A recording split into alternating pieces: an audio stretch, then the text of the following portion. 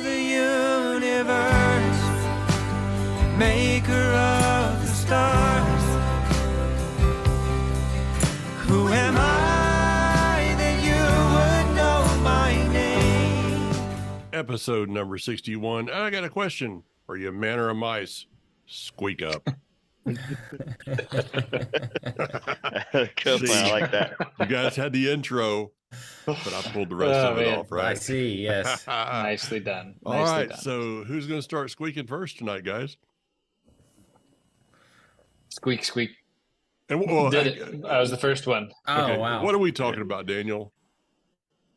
Young mouse? Well, you see, apparently there's this really famous mice study that was done, and I can't remember what years. And I personally only recently encountered it and read about it. And something that we were talking about last week just sparked the memory of that. And it's a really profound study. And I can't remember how it was relevant, but it was. And so we're going to talk about it this week because it was relevant. Because it was relevant. Okay. Well, let's see. Since we just found out that Mr. Cribbs was only about half with us last week because of sickness, I guess.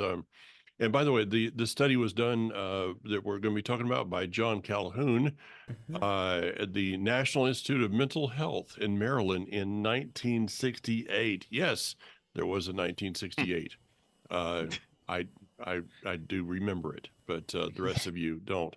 So, Mr. Covert, how would this be relevant to us today? You just read? I sent you an article today. I sent it to all three of you.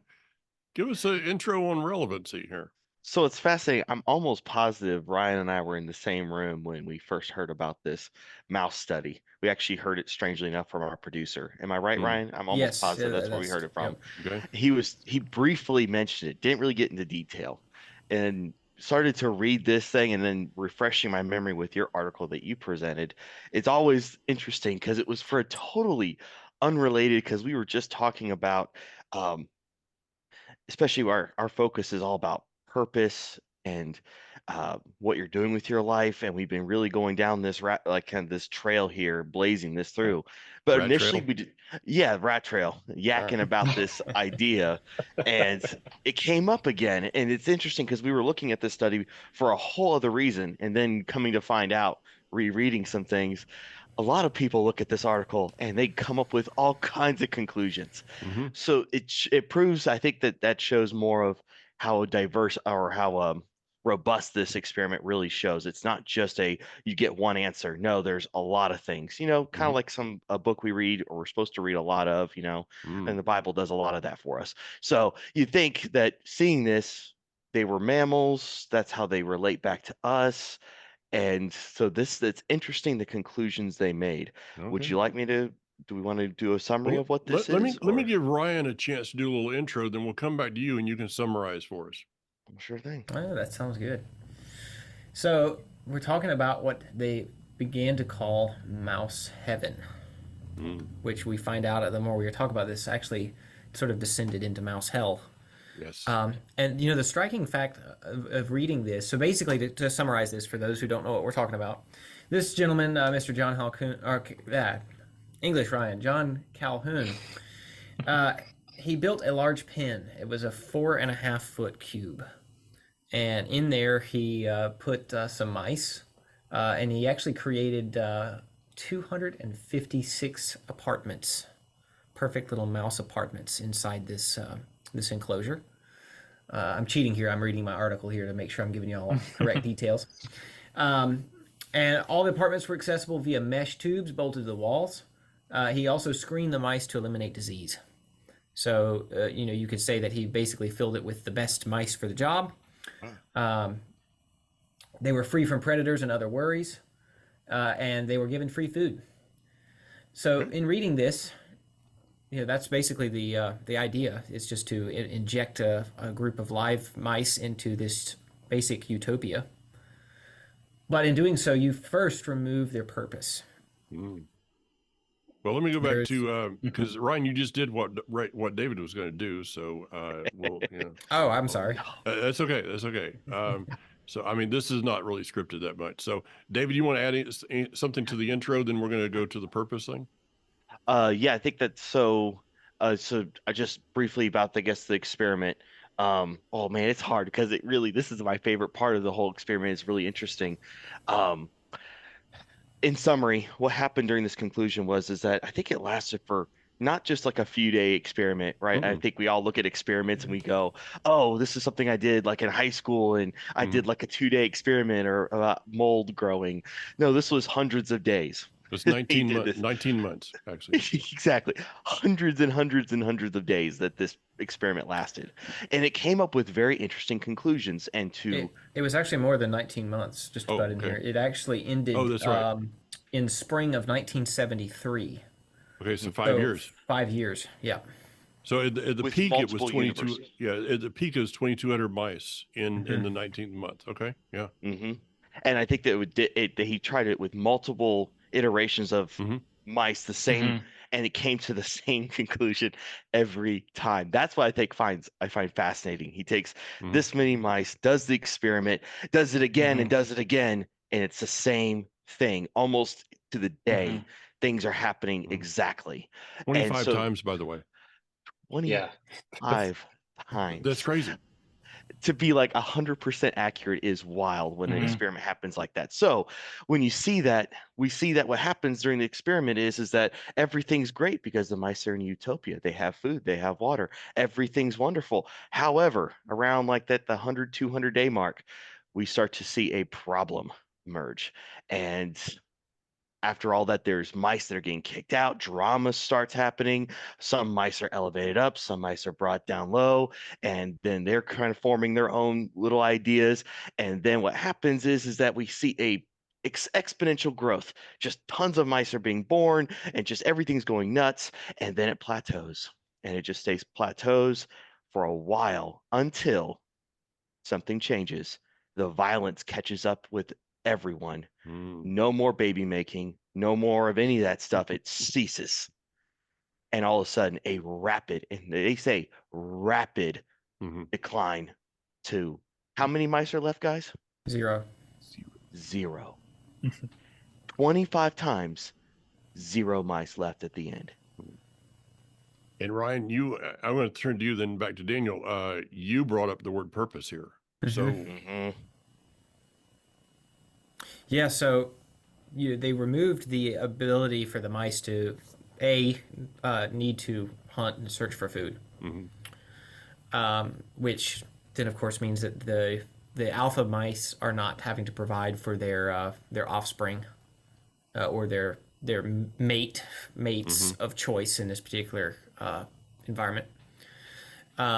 They'd also, since it was an enclosed environment, you had a kind of a strange structure take place because you had these alpha mice and then other mice that would try to sort of compete for the alpha position.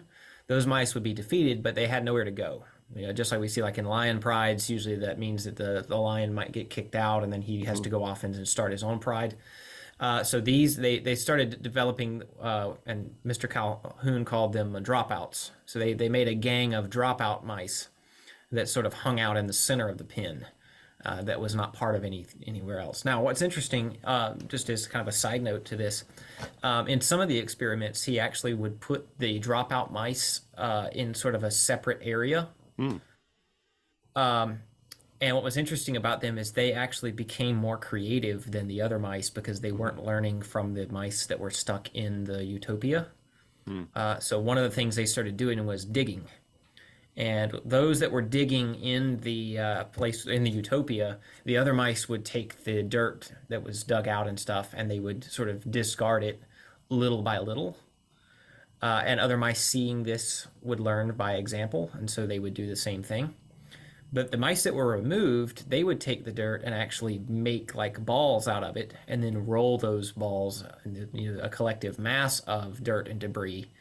And therefore, it made the job a lot faster because they had not picked up on the slower method of the mice that were still in the utopia. So maybe we can come back if somebody catches anything in there. Yeah, we can come back to that. But going a lot of different places. Yes, exactly. So yeah, then you, due to lack of purpose, you start seeing mice sort of have to find their own purpose or figure out what to do with themselves. So then you have these different classes, and somebody can maybe pick up from here. You have the what he called the maladjusted males, the maladjusted females, and the beautiful ones, Beautiful. along with the dropouts. Yeah. So alphas, dropouts, maladjusted males and females, and the beautiful ones. Okay. Well, let's get Daniel in here. Yeah, so I spent most of what you guys have been talking, trying to remember last week and how it was actually relevant. And I did actually remember, which is a huge achievement. Huge achievement. It is. Succeeded. Yeah, I mean, that was a whole week ago. I know. But we talked about this idea briefly, maybe several weeks or months ago. The adage of hard times create strong men create good times create weak men create hard times. And so this experiment is essentially taking strong men and putting them into good times and just starting the experiment right there and watching the thing happen where the strong men, or the mice, create bad times. And the relevance that I kind of want people to remember of what all this means is what we were talking about last week, is people who were fighting for the wrong things and people who were no longer unified in fighting toward the right things. Yeah. And so when people no longer have a common goal to fight for or to work toward, then all of their energy gets devoted to other things. And everything that we see in this experiment is exactly that.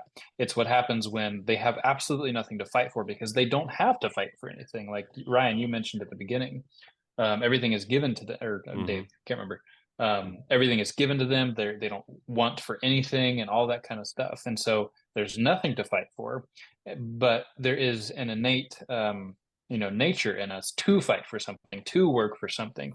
And so this experiment is just about what happens when that something is irrelevant. Essentially, they can't, they don't have spirits that can commune with God in the same way that we do, and so they're just kind of interacting with each other, and like you were saying, Ryan, finding their own purposes that is removed from God entirely. And that's when you get all this stuff that's happening. So as an underlying theme, this is what happens when you do not have a common goal and when you pick up the stupid things to fight for.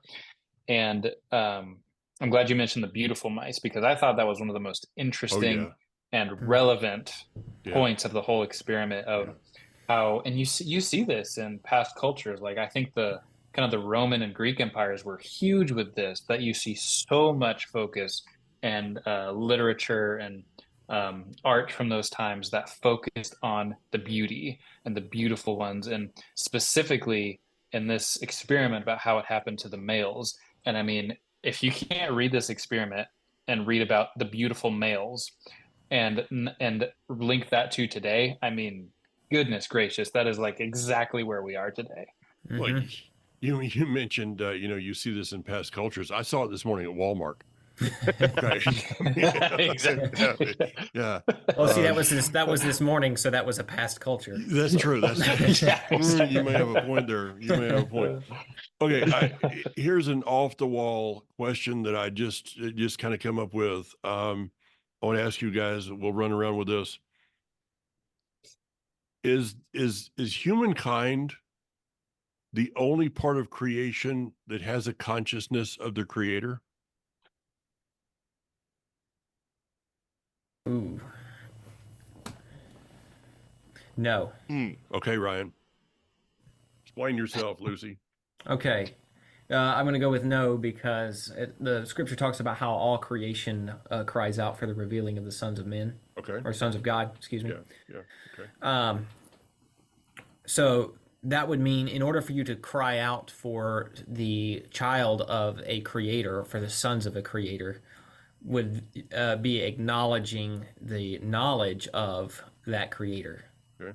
Ergo, I would say all creation has a consciousness of the Creator. Okay. Next. Because I'm going to throw a wrench here in just a second. Okay. Oh man.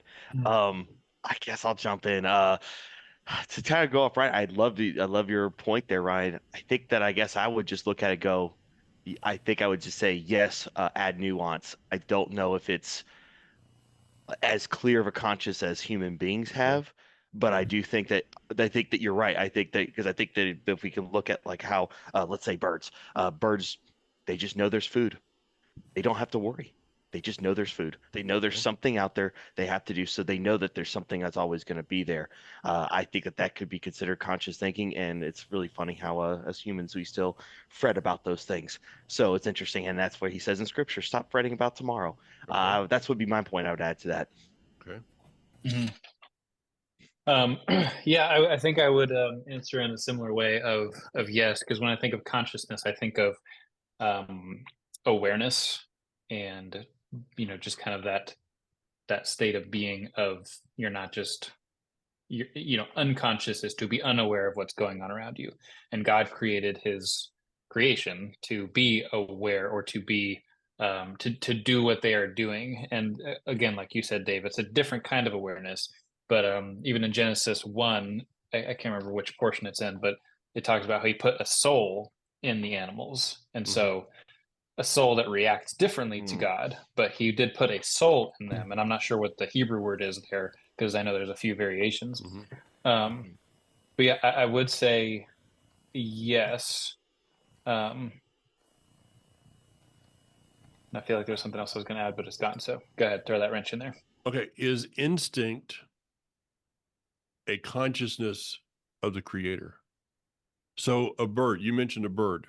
A bird has an instinct to or whatever animal. We have a tree that came down the other day, kind of a stump that was there, and a couple days later it's all scratched up because of probably a possum or a coon. That instinct within it was there's a worm in there and I'm going to get it. Is that instinct a consciousness of the Creator, or is it something that the Creator gave to the animal, but it's really unaware of that? So this was the other place I was going to go, but that was a good interjection there. It's almost like, not almost like, to put it in contextual terms here, human beings are, you could say, we're the only one that is a science experiment or is not a science experiment, because we are totally different from the rest of creation. Right.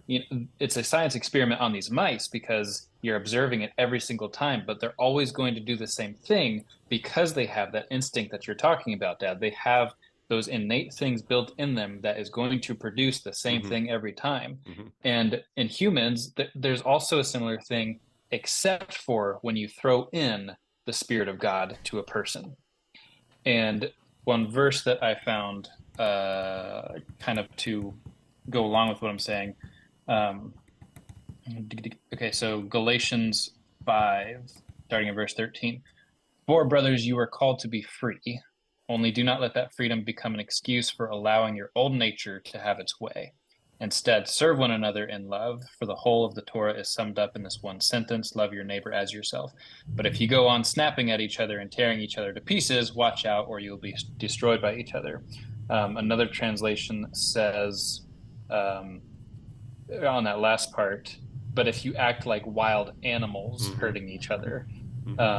And so like there's just the concept of the old nature. If you are in that old nature, you are going to be producing these same things each time. It is not until you are made into a new creation that you can escape that science experiment. Okay, you guys want to add? Yeah. If not, I'll take it another level here. Go ahead, Mike. Go ahead. I'm interested to see where this goes. Okay, so does an animal have a choice in its instinct? No. Give you an example here. I have a trash can next to my desk. once in a while, coming up here, sit in my office, I'm eating a sandwich or something, and it'll be on a paper towel. I'll throw the paper towel in the trash can, and the next morning, our dog Kaya, I notice she's not looking at me, and I come up here and she knows it's wrong, because that morning she won't come in my office. Every other morning she comes in my office, pet me. That morning she's sit out there outside the door, but she knows, why? Because the instinct kind of took over. So does an animal have a choice in its instinct? David, Ryan, you said no pretty fast, sir. A choice in its instinct. Well, I guess you could. Depends on how you want to delineate this. So, for instance, she knows she did wrong, right, by going into the trash can. So there was a decision at some point made of, I'm going to go, even though I know that Mike doesn't like this, my owner doesn't like this. I'm going to go. I'm going to still act on my instinct as an animal that is going to seek out to eat discarded food, because whether we like it or not, dogs are garbage disposals. I'll tell her that. She'll bite you next time she sees you. You can tell Shyla I said it too. Would you say it's maybe for animals there's a hierarchy of instinct, because I think the most basic instinct is, if I eat food, I survive. If I drink water, I survive. Okay. There's some core tenets that I must do in order to survive. Okay. However, to use your example of your dog Kaya, that was like that I can get free food. Wonderful. I'm taking it. Oh, based on past experiences, this doesn't lead anywhere good. Oh, this isn't gonna go very well. Might as well avoid. Oh, it means this, so that means must avoid. Right? That kind of that logic, that thought process, I would say. Great. I like the idea of risk versus reward going through a dog's mind. Yeah. It's like, is there anything happening behind those eyes? Well, a little bit. Daniel? Yep. Oh, I don't know if I have much to add there.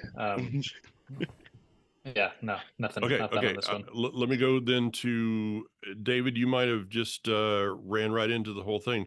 The dog's focus was I. Ryan, you talked about purpose.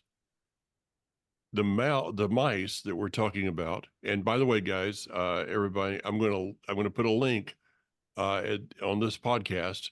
It will be down in the comments, a link to the article. One of the articles, there's many articles on this, and it's actually got, for those of you that really can't read. There's a video too. Okay, but I know everybody on here can read, but some people just like the video. I'm about to forget what I said. Okay, so you talked about I. Ryan, you talked about purpose. So with the animal, the purpose is always on I. Whereas with humankind, we have a choice in the purpose being on me or my purpose being on others.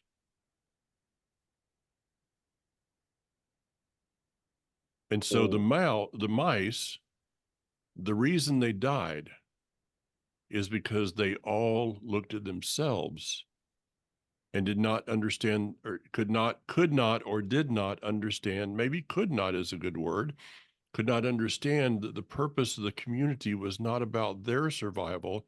It was about the community's survival. So I must give into this community. Take it away. So I think that was the part of the experiment that got me the most, was because I watched the video. When it comes to that climax. He can read, folks. I've seen him do it. Yes, but there's something about the video where you actually get to see it. What's so fascinating, and we glossed over it briefly, but wow, it was so fascinating when they reached basically the max population that every experiment went to, and there was this period of time of plateau. It was just truly amazing to see how life was normal, but there was a underlying major problem, but life was still normal for them. Life was still going on. So what I found so fascinating was that it was a slow change, slow, slow, slow, slow, and then just an explosion of violence that just took it all the way down. It was just slowly maturing, and then they were cataloging all the moments of violence, and it was just this steady graph of just it kept happening over and over again, getting more rapid, more rapid, more rapid.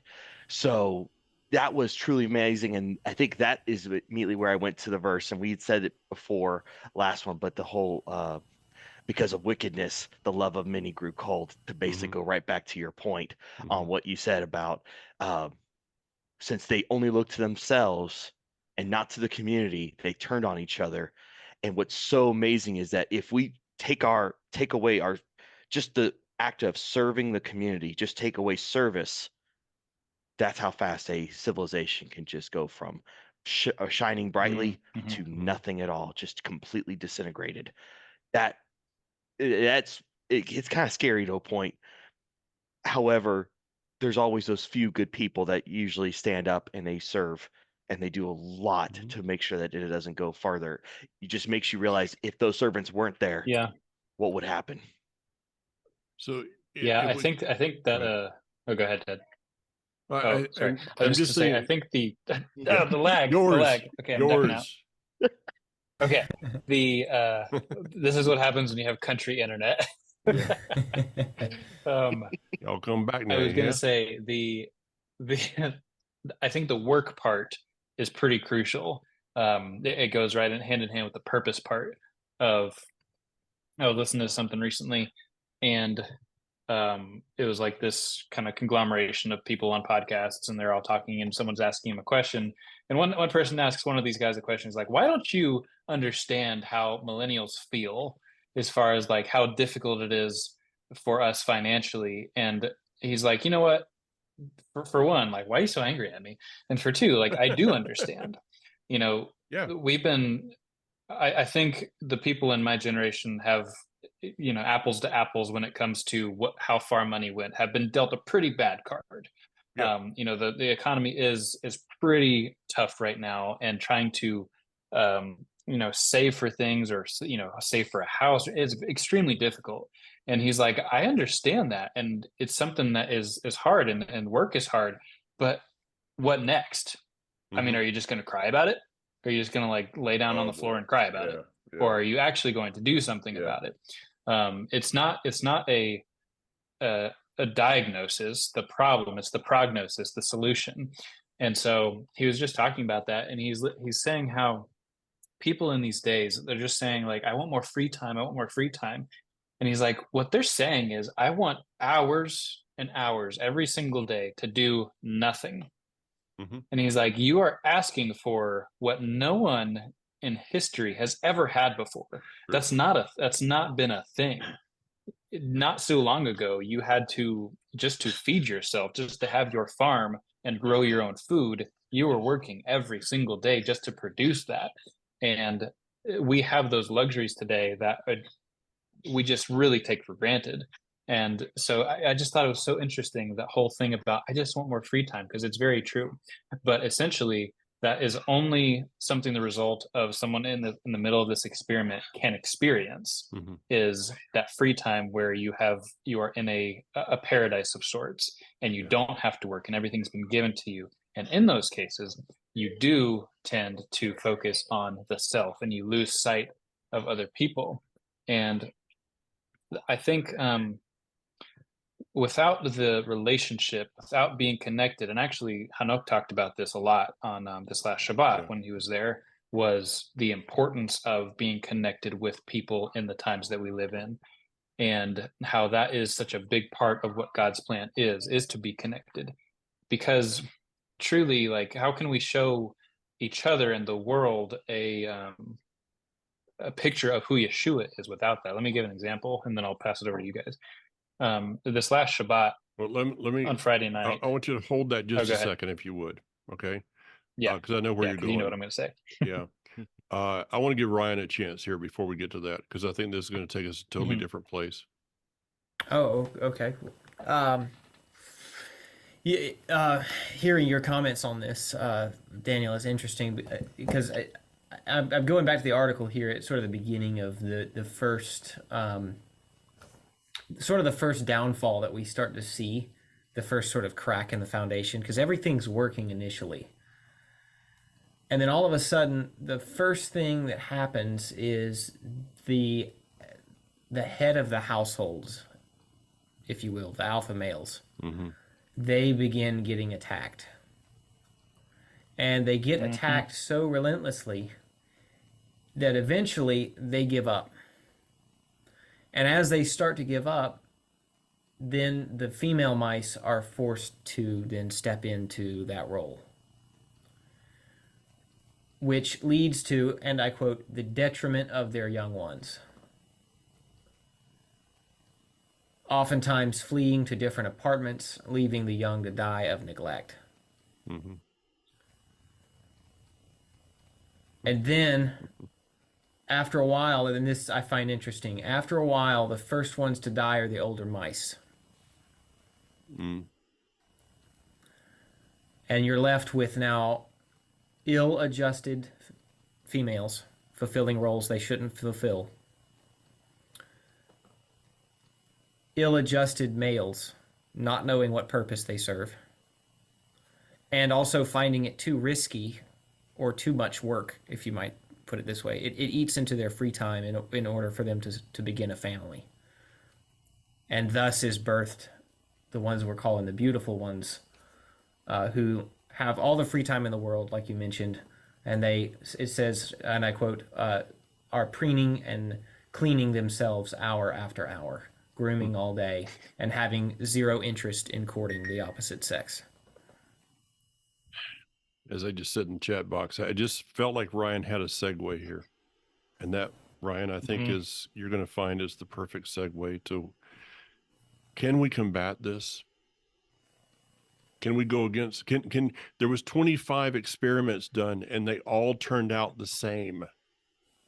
But because we have the ability to be involved, to make a choice, to no longer just work out of instinct and what is happening around us, but can we make an active engagement in life with ourselves, with our spouse, with our children, in order to combat this?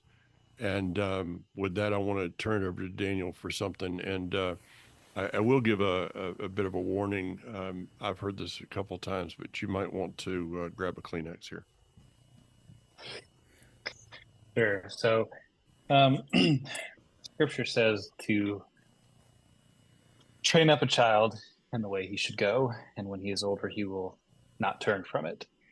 And so we have viewed our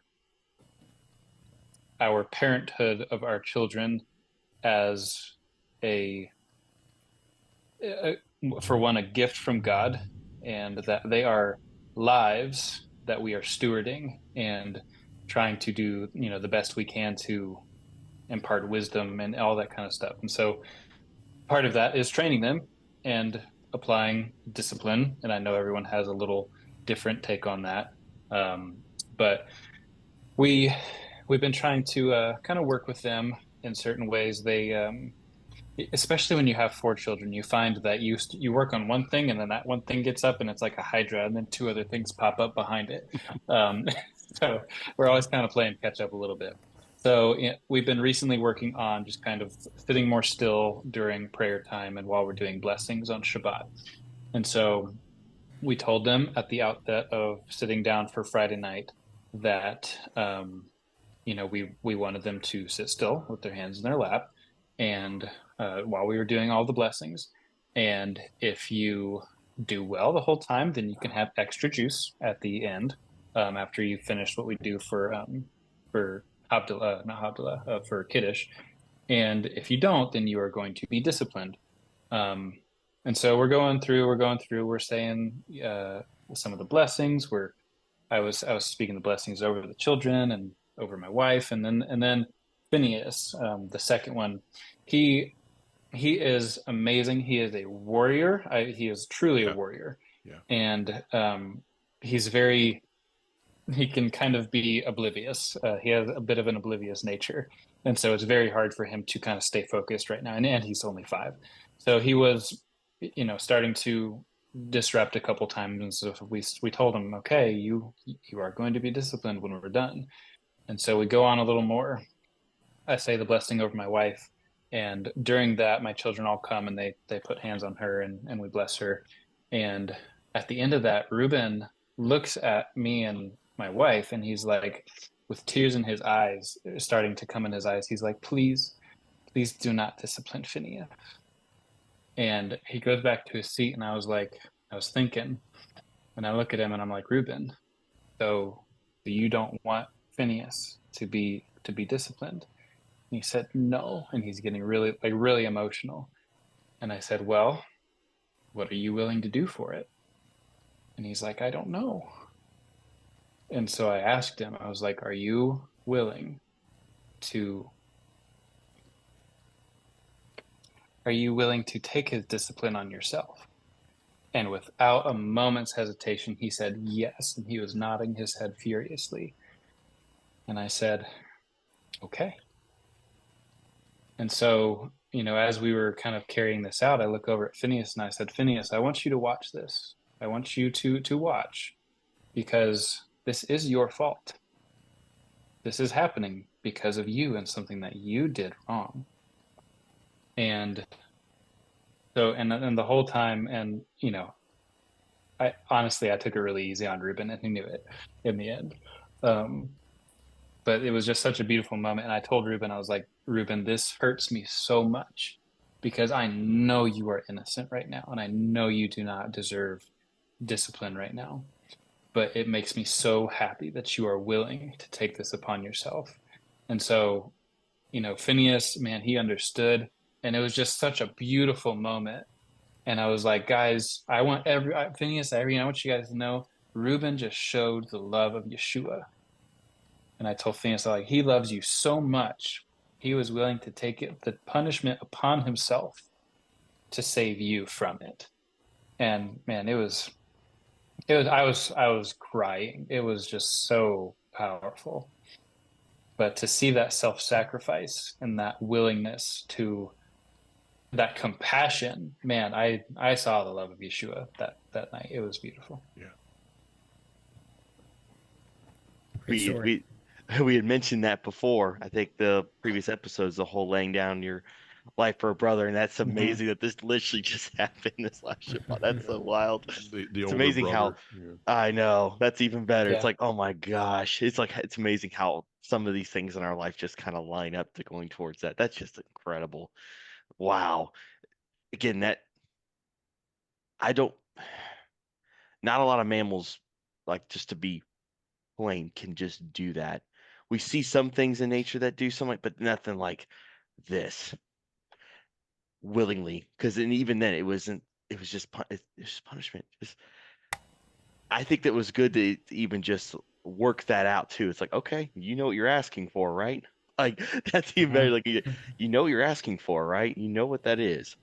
And to be able, and oh man, it makes you just wish you were in the room just to see it, like their eyes, like being very like, that's like, this is like, it's gold. How do you teach that? How do you teach that unless you actually see it, right? That's almost impossible. Like, to actually have that moment to be able to teach, it's just incredible. It's amazing how God will actually show those moments, and it's up to you as parents to be able to take and grab a hold of it and say, all right, this is a great lesson. Let's run with it. That's awesome. Ryan, you want to? Yeah, it's special. It's fun to watch. I have nothing of import to add to that. I think that story, that the message stands on its own. The message does stand on its own, and that's the power of this. And we start out with mice, and talking about whether do animals have a choice, an instinct, or a choice? Well, the truth is that I believe only mankind has a real choice. In fact, there are two things we all have in common, And that is that when we enter into this life, we all have a choice. And the other thing is we will leave with the decision. That's it. I mean, you guys have, how many times have you guys heard me talk about purpose? How many times have you heard me talk about, you know, the greatest, the richest places in the earth is a cemetery? I mean, you know, life comes down to be very simple. It's that you enter in with a choice and you leave with a decision, period. You don't leave with anything else. You know, I've done a lot of funerals through the years, over 30 years of ministry, a lot of funerals. Never seen one with a U-Haul. Sounds funny. Okay. It's not there. Okay. Nope. You know, it's what it is. It's a decision. And what I found so amazing about that story is what Reuben did the other night was give an exact picture of what Messiah has done for us. He saw his little brother who was guilty. His father saw him. His father, you know, I mean, it's Daniel, so I'm prejudiced, but his father had to, because he had made a promise. He said, you either do this or this is the consequence. And if he had not followed through with the consequence, then the children would have known Daddy's lying. And from that point on, would have wondered, would have always questioned Daniel's word. That there had to be an action. There had to be consequences that night. And that's the way it is with the Father and us. He has to give us the consequences. The wages of sin is death. Period. He's not fooling. The wages of sin is death. But the gift of the Father is eternal life. That just as Reuben stood in, the older brother, Yeshua is called our older brother in Scripture. Just as Reuben stood in and took the penalty for his younger brother, that's what Yeshua has done for each of us. We have a choice whether to receive that personally or not. As that's the gospel. That's it. It cannot be any clearer of a picture than that. Your thoughts? I find it fascinating when reading this article to put back to what you're saying, Mike, what's fascinating was as I was reading this article, I stressed enough that when the rapid decline happened, that was the thing that I found just fascinating. But then it kind of made sense. We've been joking a little bit tonight about how funny it is that some things correlate back to our real life. As we walk around, we're seeing examples of it, but that's also terrifying. We're seeing real life examples of that experiment playing out before our eyes. And then you're faced with the horrible reality of, well, then what do you do about it? And there's actually a wonderful answer to that. And you mentioned it, Mike. It's the gospel. Because so many people, like the outcasts that the experiment talked about, so many of them are driven away with no hope, no chance of ever finding anything, and they feel that all is lost. We have lots of people out there that are living hopelessly, just day in and day out, just trying to survive, just trying to feed themselves, if anything, and they're just starving for the bread of life. This is why that experiment's so important to know about and to talk to your kids about and to explain to other people the exact same thing. We're seeing this happen. People are going back down to their basic instincts and they're just looking for this. And that's where we can come in to share the gospel, to give a new hope and a new life to these, and to bring back purpose into their life where it was once lost and was once forever gone. We can be just like Daniel's son Reuben and lay down our lives for each other, just like that, to just help keep showing how our Messiah did for us, we can do for others. And if we can do that, I think that that changed the world. Indeed. Mm-hmm. I find it interesting that if you study the Hebrew some, you find or scriptures in general, it talks about man and beast. But beast is not always referring to an animal or a creature. Sometimes it's referring to a man who has fallen to his most base desires and instinct. And here we see this playing out, where these mice are behaving in this base instinctual level, and they cannot rise above it.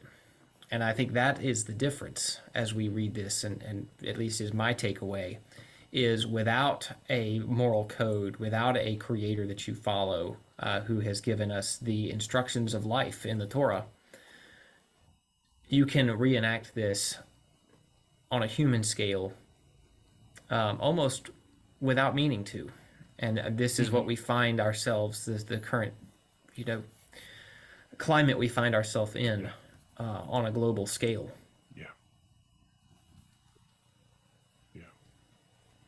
Yeah.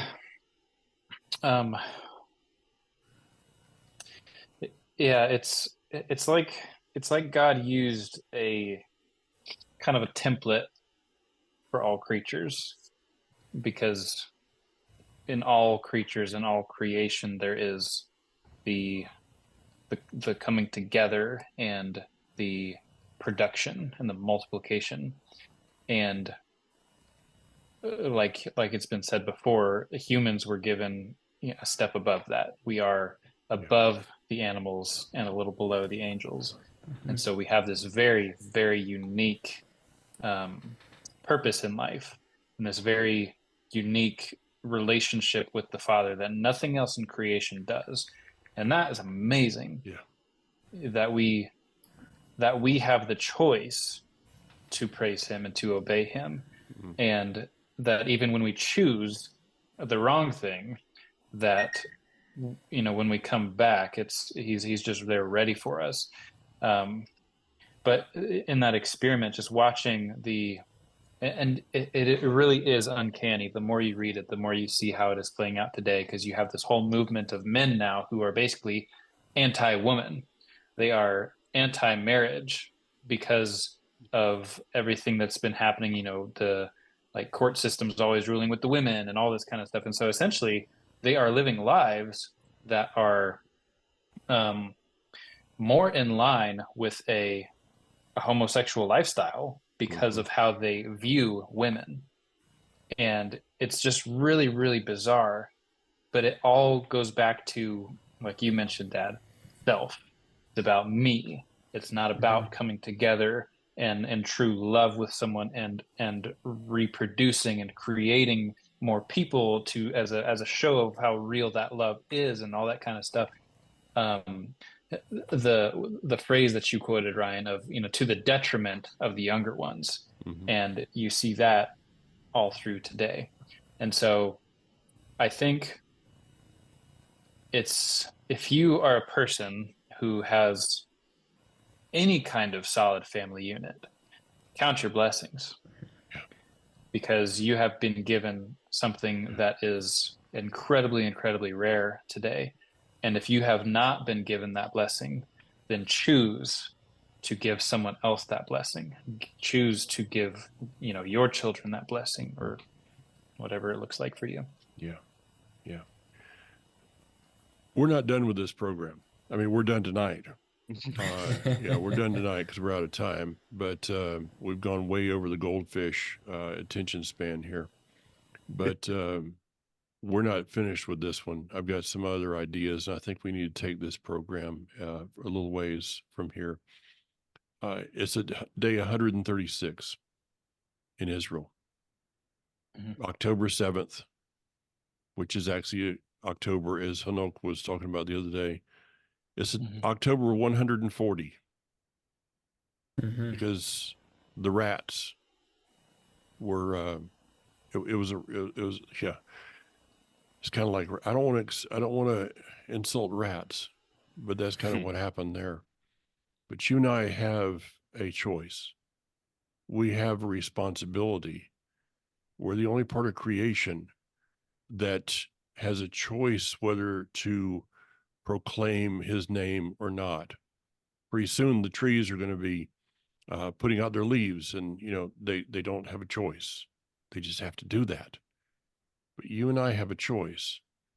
And when we seek that choice, we find that he has plans for us, for good and not for evil, to give us a future and a hope. So stay tuned, guys. If you want to hear more of the mouse saga and figure out which side are you going to be on, are you going to stand up or are you going to squeak up? The gospel of mice and men. Oh, yes, I like it. All right. Until next week. Next time. You alone hear my every prayer. You're the God who's always